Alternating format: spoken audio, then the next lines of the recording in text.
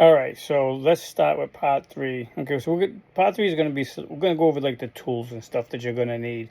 Um, Walkers can be the first item on the list because that's either going to come from your insurance company or you're going to have to buy it outright. Walkers are around $75. You want to make sure, and this is very important, you buy the ones with the wheels in the front.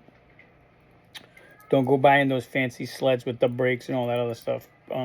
This is the one you're gonna need, and there's reasons behind it. So trust me, because I thought about it too, and I was like, we're just gonna get the Cadillac and not the Volkswagen, but the Volkswagen is what you need. The other thing you're gonna need is for the toilet for assistance.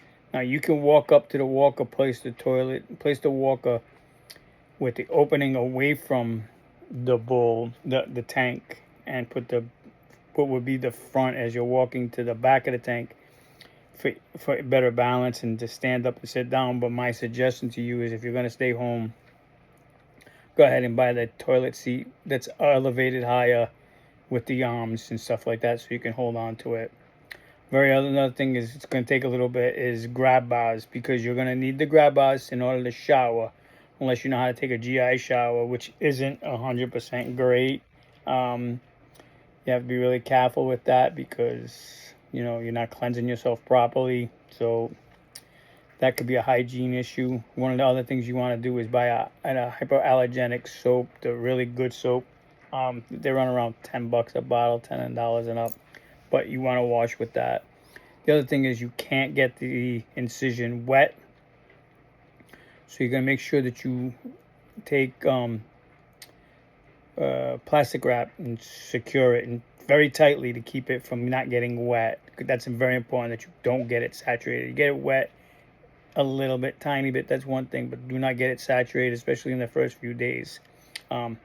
Which I doubt you're gonna be showering in the first few days anyways. It was tough for me. I could barely get out of bed. My leg was so swelled up.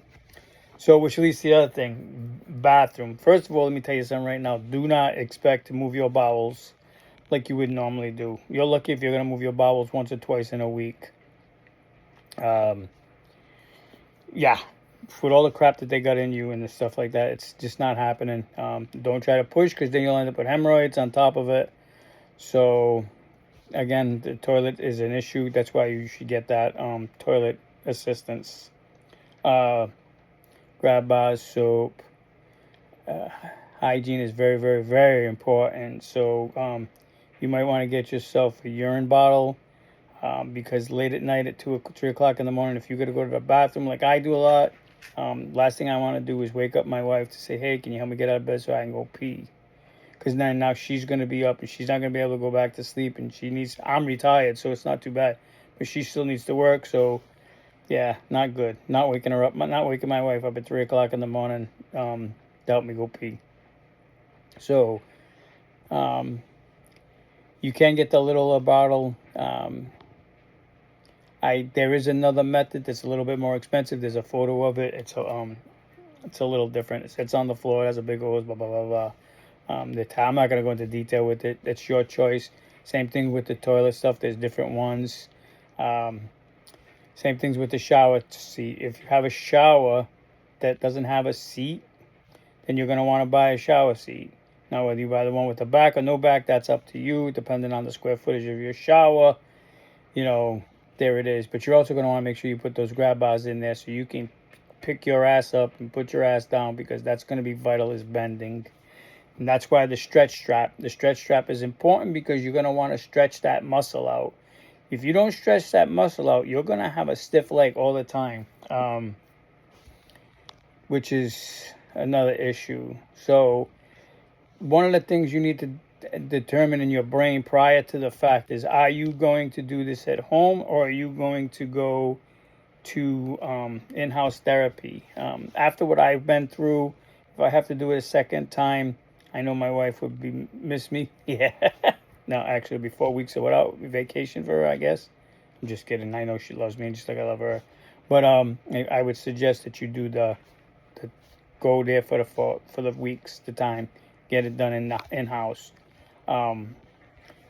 because the nursing visits and therapist visits is only going to be for 2 weeks, and then you're going to have to go somewhere anyways for another 2 weeks. So do it all in one shot. That's my suggestion. And again, nutrition, bathing, the tools that you'll need. I'm trying to think of some of the other stuff. Don't one of the most important things is, if they want you to get up and walk around every hour, I strongly suggest that you do it. Do not baby that leg. The more you baby it, the worse it's going to become. It's harder. It's hard enough as it is, but don't baby it. You need to, be able to move around and function. The better that you can function, the quicker the recovery is.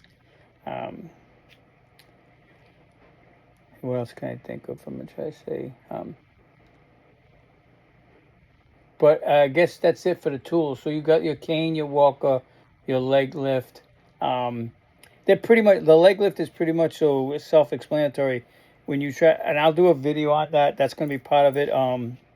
This is all stuff we're going to, I can show you how to operate this stuff if you need to, but it's pretty much so common sense, self-explanatory stuff. You slide your butt back, you use the leg lift has a loop on it, put it around your foot, you lift up your leg, you move it to the bed. It helps you get in and out, and you do the same thing to come out of the bed. There's rules about it, how you have to keep your leg in a certain position, coming on and off of the bed or up and down of anything.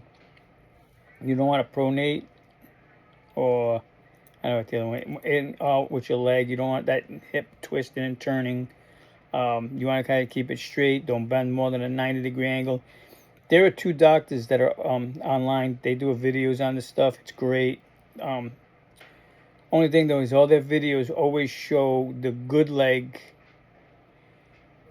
and not the bad leg. Like my leg is totally opposite what they're showing you. They're showing you where you can put your good leg down first and then bring the bad leg over to the second. Mine's the opposite. It's not that easy. They don't explain that, but that's why I'm going over this stuff. So this video's already hit more than time than I wanted it to do. I'll catch you again for another part. We'll throw in some pictures here, and then we'll go for another one. And like I said, if anybody that's watching my videos, especially this video, if you had a hip operation or you plan on having a hip operation, feel free to comment. Let me know. Maybe I'm missing something. Maybe you did something different than I did that could help somebody else in the future. This is what it's about. This isn't about my pain and my suffering, or your pain and your suffering. This is about helping others that are coming to that future, coming to that portion where they might need to have this hip replaced. So go ahead and hit that like button, subscribe. If you got something to say, you got a piece that you want to put into it. And I don't want to handle this crap. If you come back with your nasty attitude or a cocky remark, or you start saying that stuff that's bull, I'm just going to zap you and you're done. And I'll make sure that you can't come back to my page. Because not everybody's built the same. I have a high tolerance to pain, but when I tell you something, when I tell you this is painful, it's painful. So hit that like button and subscribe, and I'll see you guys in a little bit.